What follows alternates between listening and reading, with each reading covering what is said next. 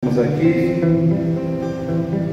na casa do Pai, estamos na casa de Deus, lugar separado para adoração, lugar separado para o encontro entre aquele que é adorado e aquele que adora. Quem é aquele que é adorado? O Deus Todo-Poderoso. E quem são aqueles que adoram? Aqueles que foram lavados e remidos pelo sangue do Cordeiro, aqueles que conheceram a salvação que há nesse Deus. Até o salmista Davi, ele disse, mesmo antes, muito antes de Jesus vir a esse mundo: Tu és o Deus da minha salvação. Como disse também Abacuque, muito antes de Jesus vir: ainda que a figueira não floresça, ainda que não haja fruto na vide, o fruto da oliveira minta, ainda que as vacas sejam arrebatadas, não haja ovelhas nos currais, eu todavia exultarei e me alegrarei no Deus da minha salvação, porque Ele me dá pés como os da corça e me faz andar em lugares elevados. Em outras palavras, não são as circunstâncias que definem a minha alegria, a minha paz, não são as circunstâncias que definem a condição de eu estar bem, o que define eu ter paz, o que define eu estar bem, o que define eu estar seguro diante das situações, sejam elas quais forem, é o Deus da minha salvação. Não são as circunstâncias, mas o Deus que está acima das circunstâncias. E nós estamos aqui para exaltar, engrandecer o nome do Senhor. Então, irmão Carlos, nós temos uma semana de oração. Então, esse povo que você está vendo aqui, a gente chega antes do horário do culto, que começa agora, né? Então agora, talvez, eu acredito que vai chegar mais gente daí, acredito eu. Mas quem já está aqui veio com o propósito de orar. Então nós vimos este lugar para orar todos os dias, de segunda até domingo. Então nós começamos segunda-feira, é 1 hora de oração, das 19 às 20. E nós temos vindo aqui todos os dias, 1 hora na presença do Senhor. Então Deus já tem movido nesses dias, né? A irmã ali chegou com uma dor na vesícula, aí nós oramos por ela, ela saiu daqui, não sentiu mais essa dor na vesícula, né? Você entende de vesícula, né, irmão? Talvez Deus até te use para falar alguma coisa sobre isso nessa noite, né? Mas nós temos visto Deus mover, não só nas coisas externas da nossa vida, mas no interno, no coração das pessoas. Mais amor a Deus, mais apego ao Senhor, mais apego à obra, mais apego ao propósito de servir, né? E é isso que a igreja nesses dias precisa vivenciar de forma intensa, né? Mudar, virar a chave, sair do trono e se tornar servo, colocar Deus no trono e a gente se colocar na condição de servo. Quem serve por amor a Deus será servido como consequência disso. Então quem serve, Deus será servido também. Mas nós temos que servir. Jesus, ele viu aquela multidão faminta, e aí os discípulos dizem: despede, Senhor, despede, porque já é tarde e essa multidão está com fome.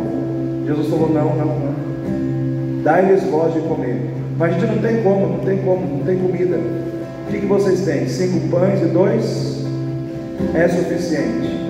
Jesus pegou 5 pães e 2 peixes, multiplicou, alimentou todo mundo. Mas o final é que me chama a atenção. Diz que no final sobraram quantos cestos cheios? Quantos, irmãos? 12. Quantos eram os discípulos, os apóstolos? 12. Ou seja, tinha um cesto para cada um. Tipo, você serve sem entender que enquanto você serve, Deus está trabalhando no espiritual para servir você. Você serve primeiro e será servido depois. Amém? É assim que Deus trabalha, né? Então nós temos que ter essa visão. Com Deus a gente nunca perde. A gente perde quando não serve. A gente perde quando quer servir a nós mesmos. Mas à medida que a gente se dispõe a servir a Deus, tudo começa a mudar na nossa vida. As coisas começam a se encaixar, o que está fora do lugar entra no lugar, a necessidade que a gente tinha começa a ser suprida, porque estamos servindo a Deus. Eu vou ler aqui um versículo da palavra de Deus, que está lá em 2 Crônicas, capítulo 20, versículo 12, diz assim: Rei Josafá, ele diz assim: Ah, nosso Deus, porventura não os julgarás? Porque em nós não há força perante essa grande multidão que vem contra nós. Não sabemos o que faremos, porém os nossos olhos estão postos no Senhor. Amém? Josafá estava diante de uma grande luta, ele não sabia o que fazer. Entrou a crise, chegou a crise. Por quê?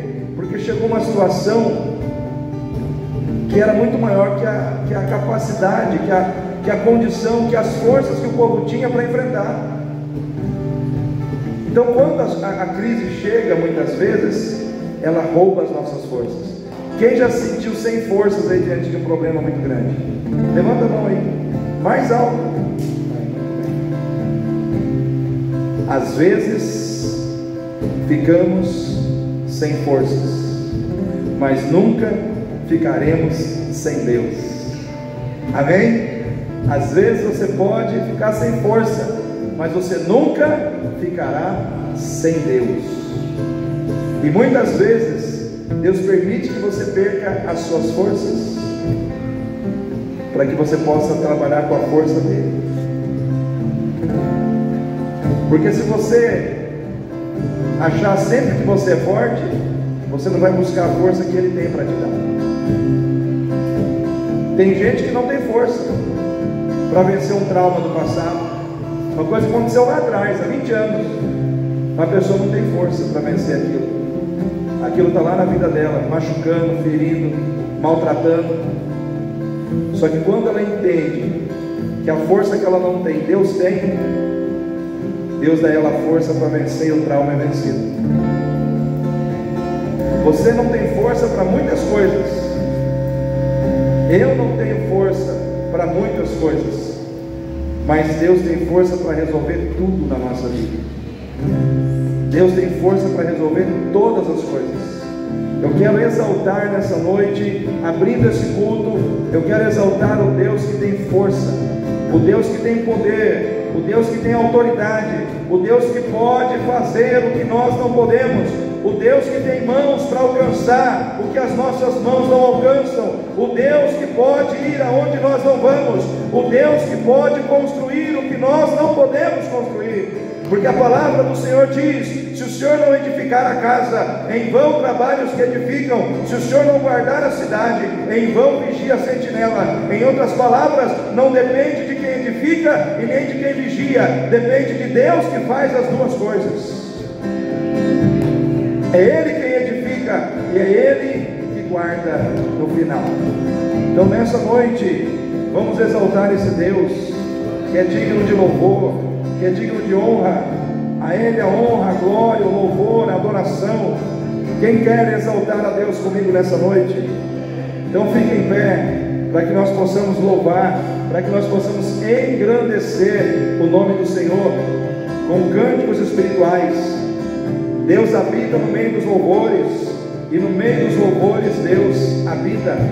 A Ele seja o louvor do seu coração, a Ele seja o louvor dos nossos corações aqui nessa noite. Que possamos engrandecê-lo, que possamos exaltá-lo com os nossos corações rendidos ante a sua presença. Aleluia. Os que confiam no Senhor são como os montes de Sião, que não se abalam, mas permanecem para sempre. Eu quero dizer para você, querido, se você confia em Deus, vai vir luta, vai vir dificuldade, vai vir tempestade, vai vir